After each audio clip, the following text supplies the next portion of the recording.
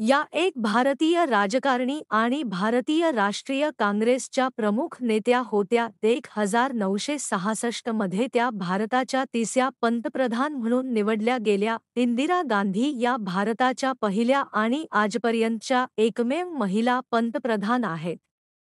त्या भारताचे पहिले पंतप्रधान पंडित जवाहरलाल नेहरू यांच्या कन्या होत्या.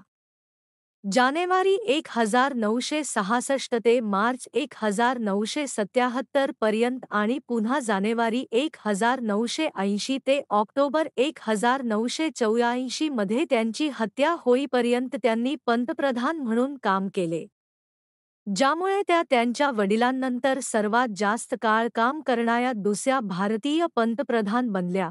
1947 ते 1964 या काळात नेहरूंच्या पंतप्रधानपदाच्या काळात इंदिरा गांधींना प्रमुख सहाय्यक मानले जात होते आणि त्यांच्या अनेक परदेश दौऱ्यांवर त्या नेहरूंसोबत असायच्या. 1959 मध्ये भारतीय राष्ट्रीय काँग्रेसच्या अध्यक्षपदी त्यांची निवड झाली. 1964 मध्ये त्यांच्या वडिलांच्या मृत्यूनंतर गांधींची राज्यसभा सदस्य म्हणून नियुक्ती झाली आणि माहिती व प्रसारण मंत्री म्हणून लाल बहादूर शास्त्री यांच्या मंत्रिमंडळाच्या त्या सदस्या बनल्या. 1966 च्या सुरुवातीला शास्त्री यांच्या निधनानंतर झालेल्या काँग्रेस पक्षाच्या संसदीय नेतृत्वाच्या निवडणुकीत त्यांनी आपले प्रतिस्पर्धी मोरारजी देसाई यांचा पराभव करून इंदिरा गांधी नेत्या बनल्या आणि शास्त्री यांच्या मृत्यूनंतर भारताचे पंतप्रधान म्हणून त्यांची जागा घेतली.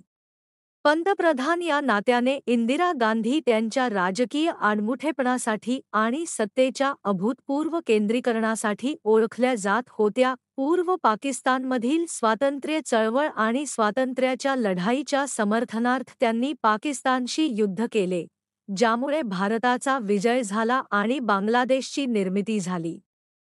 तसेच या विजयामुळे दक्षिण आशियामध्ये भारताचा प्रभाव वाढून भारत हा येथील एकमेव प्रादेशिक शक्ती बनला.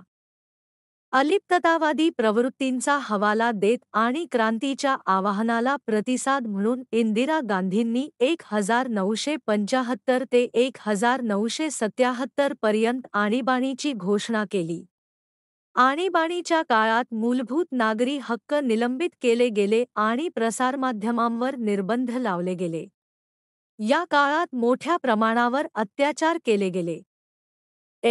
1980 मध्ये मुक्त आणि निष्पक्ष निवडणुकांनंतर इंदिरा गांधी या पुन्हा सत्तेवर आल्या. ऑपरेशन ब्लू स्टारमध्ये त्यांनी सुवर्ण मंदिरात लष्करी कारवाईचे आदेश दिल्यानंतर त्यांच्याच अंगरक्षकांनी आणि शीख राष्ट्रवाद्यांनी 31 ऑक्टोबर 1984 रोजी त्यांची हत्या केली. बांगलादेशच्या उभारणीवेळी त्यांची भूमिका आणि देशाला अणुशक्ती संपन्न बनविण्याचा त्यांचा निर्णय भारताला प्रगतीपथावर नेणारा होता. 1999 मध्ये बीबीसीने आयोजित केलेल्या ऑनलाईन सर्वेक्षणामध्ये इंदिरा गांधींना वुमन ऑफ द मिलेनियम असा किताब देण्यात आला. 2020 मध्ये गेल्या शतकाची व्याख्या करणाऱ्या जगातील 100 शक्तिशाली महिलांमध्ये टाइम मासिकाने इंदिरा गांधींचा समावेश केला. ती धैर्य, दूरदृष्टी आणि दूरदृष्टीची स्त्री होती. तसेच गरिबांची समृद्धी आणण्यासाठी तिचा 20 कलमी कार्यक्रम एक धाडसी मार्ग होता. भारताच्या पंतप्रधान म्हणून इतिहास घडवणारी ती महिला होती.